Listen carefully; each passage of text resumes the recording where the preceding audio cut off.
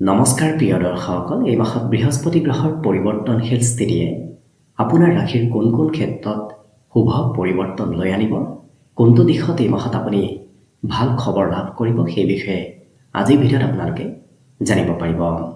কাৰণ ৭ মাৰ্চৰ পৰা ১ জুন তাৰিখলৈকে বৃহস্পতি গ্ৰহ মিথুন ৰাশিত পুনৰ মাৰ্গী অৱস্থাত স্থিতি হ'ব। ইয়াৰ পূৰ্বৰ মাহত যিহেতু বৃহস্পতি গ্ৰহ বক্ৰী অৱস্থাত আছিল, যিটো কাৰণত বহু ক্ষেত্ৰত কাম বনতো খেলি মেলি হৈ আছিল, সময়ৰ মূৰত কাম বনবোৰ হোৱা নাছিল, বহু জটিলতা আপোনাৰ জীৱনত চলি আছিল। কিন্তু এই মাহত বিশেষকৈ বৃহস্পতি গ্ৰহ মাৰ্গী অৱস্থাত অহাৰ লগে লগে সেই সমস্যাবোৰ বহু পৰিমাণে কম হ'ব।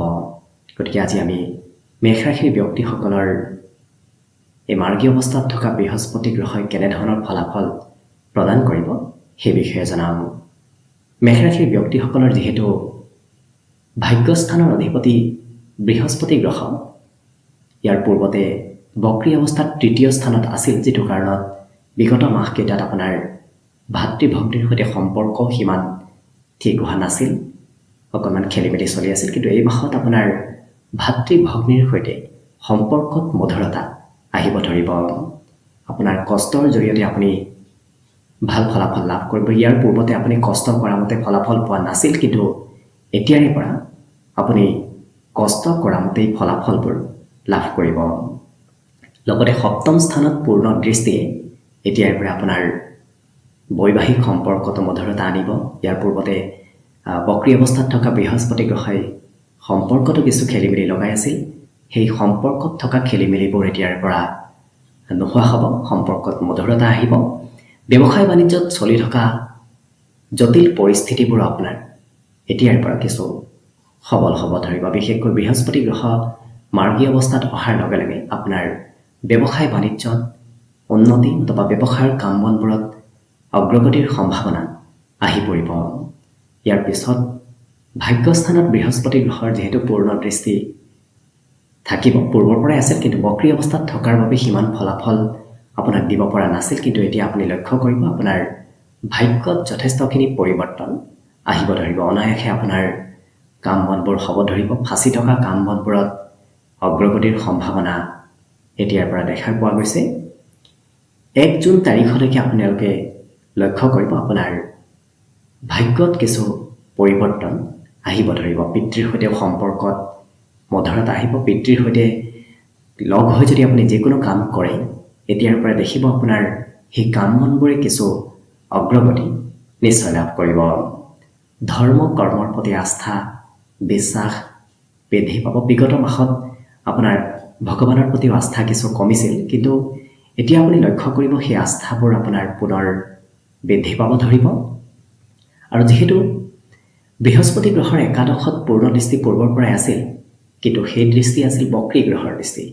কিন্তু এতিয়াৰে পৰা আপোনাৰ বৃহস্পতি গ্ৰহৰ পূৰ্ণ দৃষ্টি একাদশত আহিব। মাৰ্গী অৱস্থাত থকা বৃহস্পতি গ্ৰহৰ পূৰ্ণ দৃষ্টি একাদশত পৰাৰ লগে লগে আপুনি লক্ষ্য কৰিব আপোনাৰ পাবলগীয়া ধনবোৰ আগমন হ'ব ধৰিব। ফাঁচি থকা ধন আগমনৰ পূৰ্ণ সম্ভাৱনা আছে। ধন টকা পইচাৰ যিহেতু বৃদ্ধিৰ কাৰক গ্ৰহ হৈছে বৃহস্পতি গ্ৰহ, গতিকে বৃহস্পতি গ্ৰহ যেতিয়াই যেতিয়া ধনৰ সৈতে নতুবা উপাৰ্জনৰ সৈতে সংযোগ হয়, তেতিয়াই উপাৰ্জনৰ মাত্ৰা বাঢ়িব ধৰে। গতিকে এই মাহত নতুবা এতিয়াৰে পৰা জুন মাহৰ ১ তাৰিখলৈকে আপোনাৰ সেই স্থিতি পুনৰ সবল হ'ব ধৰিব। মনৰ আশাবোৰো পূৰণ হ'ব।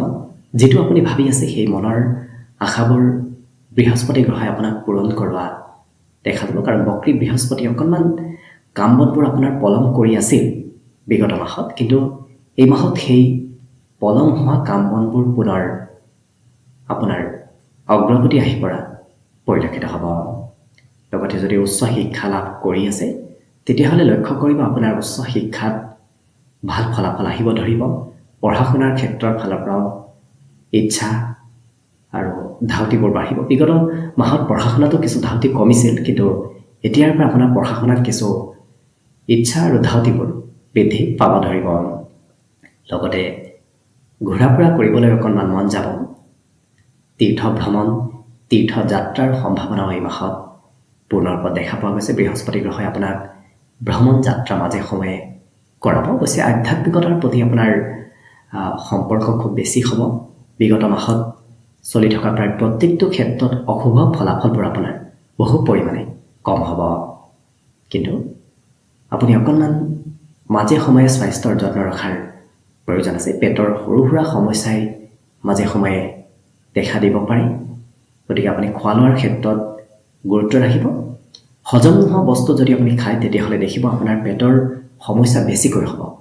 গতিকে আপুনি যিমান পাৰিব লঘু আহাৰ গ্ৰহণ কৰাৰ চেষ্টা কৰক জুন মাহৰ 1 তাৰিখলৈকে। তাৰপিছত আপুনি পুনৰ শাৰীৰিকভাৱেও সুস্থ সবল হৈ পৰিব পাৰিব। কাৰণ জুন মাহৰ পিছত আপোনাৰ 4ৰ্থ স্থানৰ সৈতে বৃহস্পতি গ্ৰহৰ শুভ সংযোগ হ'ব আৰু পূৰ্ণ বলি অৱস্থাত উচ্চ অৱস্থাত বৃহস্পতি আপোনাৰ 4ৰ্থত প্ৰৱেশ কৰিব। গতিকে তেতিয়াৰ পৰা আপোনাৰ প্ৰত্যেকটো ক্ষেত্ৰত অৱশ্যে শুভ পৰিৱৰ্তন আহিব ধৰিব। গতিকে আপুনি লক্ষ্য কৰক এই মাহত কিছু পৰিমাণে হ'লেও শুভ ফল আপোনাৰ আহিব ধৰিব। বিগত মাহৰ তুলনাত এই মাহত আপোনাৰ মনৰ আশাবোৰ সোনকালে পূৰ্ণ হোৱাৰ সম্ভাৱনা আছে। গতিকে আশীষ কৰিছোঁ বৃহস্পতি গ্ৰহ মাৰ্গী হোৱাৰ লগে লগে যেন আপোনাৰ জীৱনত প্ৰায় প্ৰত্যেকটো ক্ষেত্ৰত পৰিৱৰ্তনবোৰ আহিব ধৰক, তাৰেই কামনাৰে আজি ভিডিঅ'টো ইমানতে সামৰি মাৰিছোঁ।